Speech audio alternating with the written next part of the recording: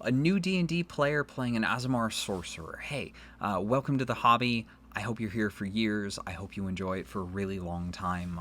My name is Tyler. I'm from RPGbot. I've been playing D&D for almost 25 years now, and I absolutely love this. And I'm always happy to share tips about how to build and play your characters. That's like my whole thing. So an aasimar sorcerer works fantastic.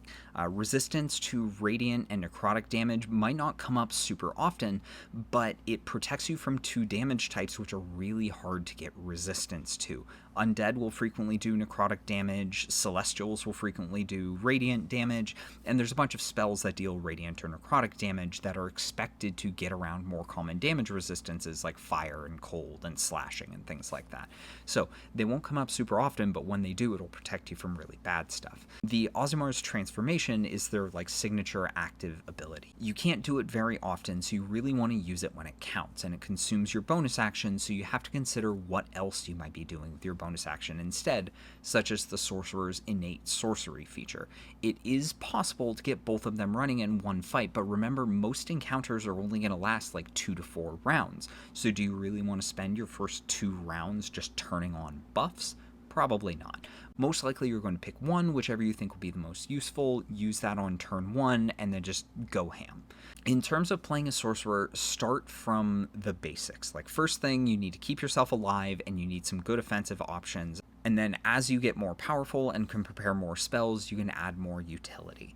If you're still deciding on a subclass, Celestial is pretty good. Dragon Magic is a good, simple to play staple choice. So I would go for one of those two personally. One of the sorcerer's biggest limitations is their limited number of spells known, or spells prepared. They changed the wording in 2024.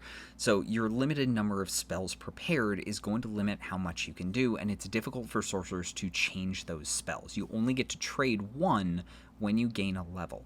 But I really want you to take advantage of that, to try new things, to experiment and refine your character's capabilities as you gain levels.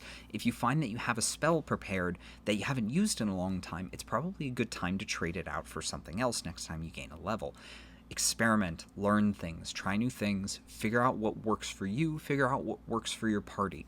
Don't be afraid to try things just because they might not be super powerful, but if you can see a way that you're going to consistently use that spell, give it a try.